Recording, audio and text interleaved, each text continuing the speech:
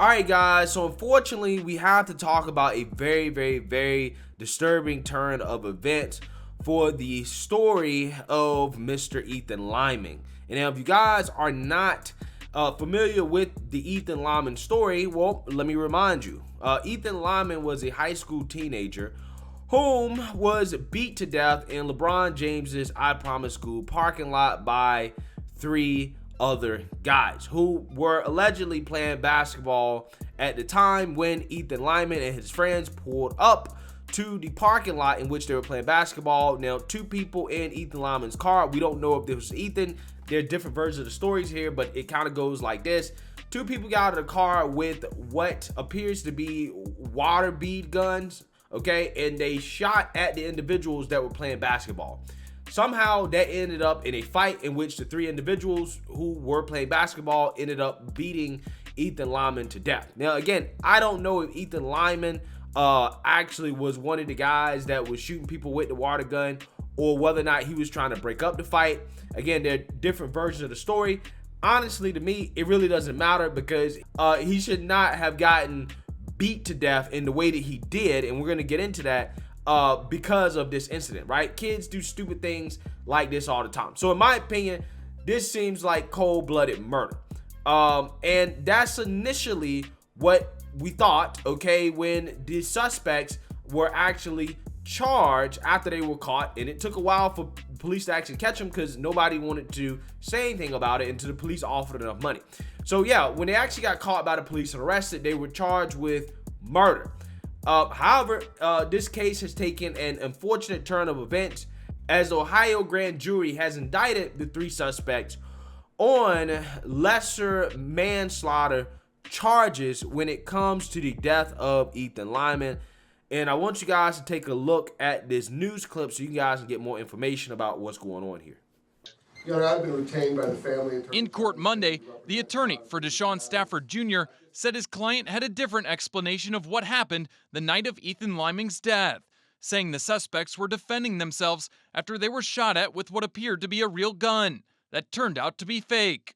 After these boys were sprayed with the firearm, then the boys from the other vehicle got out, chased them out of the court, assaulted them, and a fight did ensue where my client is alleged to have defended himself. Sin told 3 News they believe the gel-like ammunition inside the fake gun was frozen to make them hard like a BB, potentially resulting in injury of his client. These were sprayed hundreds of rounds over the court, and many of the kids, 3 of the kids, all 3 got hit with them. Tyler Stafford's aunt spoke Monday following the court hearing and says there needs to be accountability for those that instigated the incident. Them other 3 need to be brought up here just like the rest of them and take just as much accountability as them. The defense asking the community to wait before rushing to judge the 3 suspects. We need to wait, not rush to judgment before we condemn these 3 kids for really doing what we want them to do, which is something, wholesome, out there shooting hoops as opposed to out there shooting guns. Thanks for joining us at 5. We begin with a major twist in a case that stunned the Akron community. Yeah, we're talking about the beating death of 17-year-old Ethan Lyman on the iPromise basketball courts. 3 young men accused in the teen's death are no longer facing murder charges. Instead, a Summit County grand jury indicted the trio on lesser charges, which would greatly reduce potential jail time if they're convicted. News 5's Bob Jones brings us reaction from all sides tonight. Ethan Lyman's mother told me it was too hard for her to talk on camera about the latest developments in the case, and his father released a statement that says, "Our family is both devastated and disgusted." I think it's a systematic problem.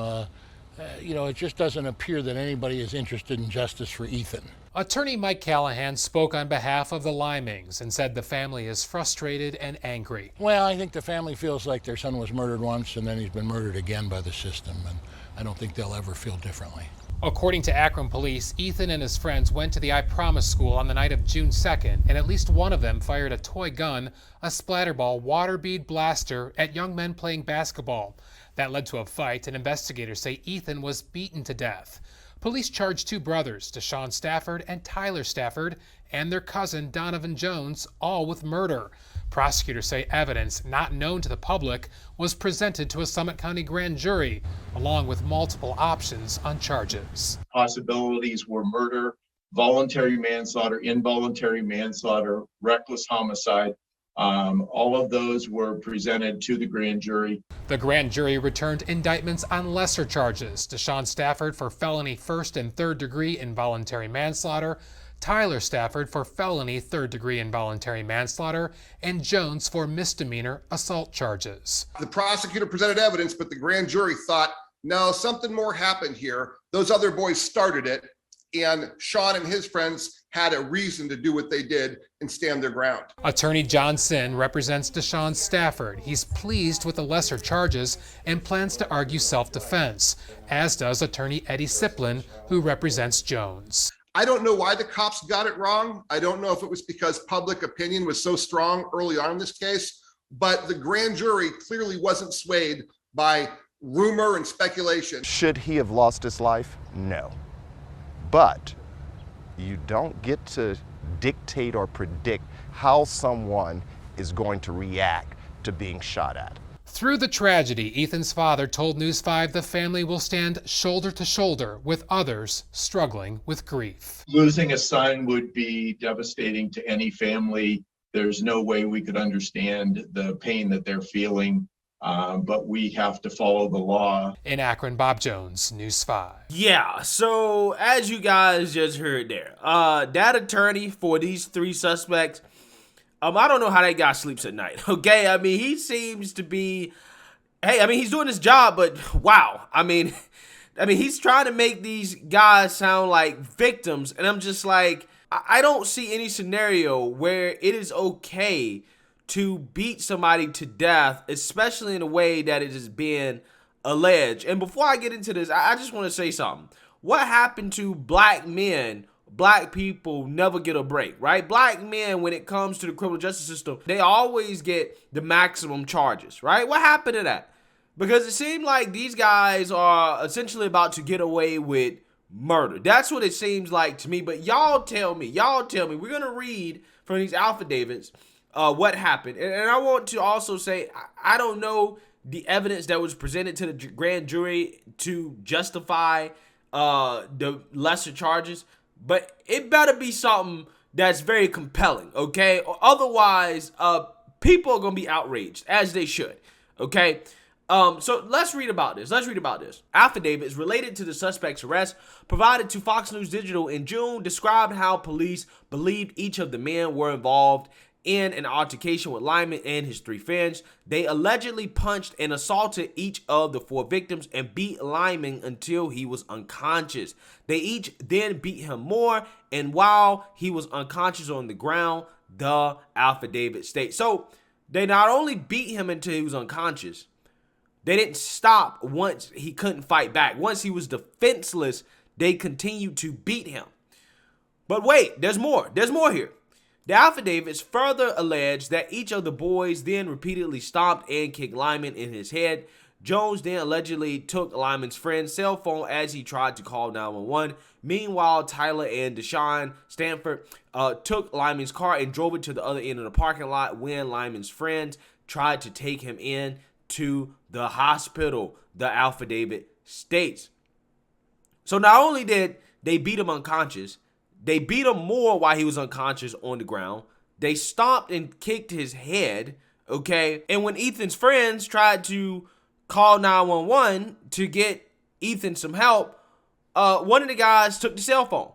And the two other guys took Ethan's car and drove it to the other end of the parking lot. So they basically stole the cell phone in the car to prevent Ethan from getting help as he's sitting there with his head busted open on the cement. Right? Unconscious. Dying. This is manslaughter? Right? I want y'all to understand how crazy this is. If this is true, again, you know, I mean, it is a criminal justice system. Technically, you're innocent until proven guilty. But I just want to bring this up, this comparison. Derek Chauvin was charged with second-degree murder, in which I think everybody agreed that take George Floyd out of it, that would have been manslaughter, right? If he would have got charged at all, it would have been manslaughter. That is second-degree murder. This is manslaughter. Come on now. Come on. I mean, somebody make it make sense. Somebody make it make sense. They tried to prevent Lyman from getting help. They went out of their way. They stole a vehicle, stole property to make sure he didn't get help after beating him to death. So let's read a little bit more here about what the attorney's saying. DeShawn Stafford's attorney, John Sin, told Fox News Digital at the time that his client was defending himself. Quote, Sean was up there playing basketball with his brother and his cousin. Sin said he is 5'5", 130 pounds, and it was just the three of them on the court playing when a carload of teenagers pulled into a lot. At that point, they opened their windows and opened fire with what at the time seemed to be a fully automatic firearm. Yeah. He called the weapon a, quote, fully automatic paintball gun that can be modified with the use of frozen ammunition. Quote, after these boys were sprayed with the firearm, then the boy from the other vehicle got out, chased them into the court, assaulted them, and a fight did ensue where my client alleged to have defended himself.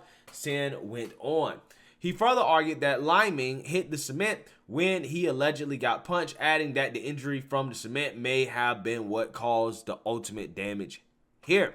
Now, if that's the case, if they did get in a fight and Lyman got punched and he ended up hitting his head on the cement, then yeah, I can see how the manslaughter charges would make sense. However, if what the affidavits are saying is true, then that's murder, in my opinion, okay? He went on, quote, these boys were on the basketball court unarmed, doing what we wanted to do, playing basketball when kids from outside the neighborhood came in a vehicle, sprayed them with this crazy paintball gun. Sin told Fox News Digital at the time that the suspects did take the water-bead gun and the car during the night's events, but they were not moving the car to prevent Lyman from getting to the hospital. Sin said instead they did so to keep Lyman and his friends on the scene until police arrived. Sin said despite that, his client and other suspects also allegedly fled. So yeah, that don't even sound right. Let's read a little bit more here. Quote, my understanding is it wasn't moved in an effort to try and prevent anyone from getting help. Sin said at the time, it was more of a situation of you guys are going to stay here. You guys are going to stay here until the cops come. You're going to have to explain the situation. So they didn't want the other boys taken off because they really felt they were in the right. Well, is that why they took the cell phone as well too? Right? Is that why they took the cell phone? I'm just saying. I don't see the point of taking their car saying that, hey, you guys can't leave, and then you turn around and leave yourself. Because ultimately, they felt like they was in the right, then, hey, maybe they should have stayed. So let's read about 911 call here. An audio from a 911 call placed at the scene on the night of the attack raised questions regarding how the events unfolded. Quote, we're at the iPromise school in Akron, Ohio. One of Lyman's friends can be heard saying on the call, which was placed at 10:42 p.m., quote, our friend just got knocked out. We don't know what to do. The dispatcher can be heard asking if there was a fight at the location, to which the caller responds that, quote, there was a fight, but added, yeah, it's okay though. It's cool now. It's cool now. In the background, someone could be heard saying, hey man, we're sorry, man. We didn't mean it. The caller told the operator Lyman was breathing, though it was unclear if the call was placed at the end of the brawl or before it had escalated further. So, I mean, I don't know. That's a situation where I want to see some footage, okay? I think we really need some footage to really understand what actually happened, okay? I'm assuming that the affidavits are from Ethan Lyman's friends, right? And that's their side of the story. And if their side of the story is true, then this is an injustice, for sure. For sure. I mean, again, I can't imagine a situation where you think it's okay to beat somebody to their unconscious, and then after they're unconscious, continue to beat them. I don't see how you think that's okay, right? I don't see how you call that manslaughter. Again, it's one thing is if they got in a fight, Ethan Lyman got punched, and his head hit the ground, and the cement knocked him out and killed him. Fine, I understand that. I get that. But again, remember, with Derek Chauvin, the second-degree murder charges, the rationale behind it was that, well, George Floyd was defenseless. He was not able to defend himself, and Derek Chauvin put his knee on his neck and basically choked him to death, suffocated him to the death, right, despite the fact that he was defenseless. How is this any different? Again, Ethan Lyman was unconscious, and they allegedly kept beating him up until he was dead, even though he was defenseless. I'm just saying, we better have some footage to suggest that these affidavits are not true, right? What was said is not actually what happened. I don't know. But all I'm saying is that this is a story that needs to be watched, and I want to see the footage. I want to see some video evidence because, again, it seems to me like there's an injustice going on here that nobody, including LeBron James, who claims to love to speak up against injustice, is going to say anything about. And if the roles were reversed, right, if this was 3 white guys that beat a black teenager to death and they decided not to charge her with murder but instead manslaughter, yeah, they'll be outraged. They'll be protesting in the street. This would be national news coverage. However, because it's not that situation, it'll be swept under the rug because this guy's life, this teenager's life doesn't really matter because of his skin color. That's kind of what it seems like to me. But who knows? Who knows? Let me know what you guys think. Make sure you like, comment, and subscribe. Most importantly, share a Black conservative perspective. Peace.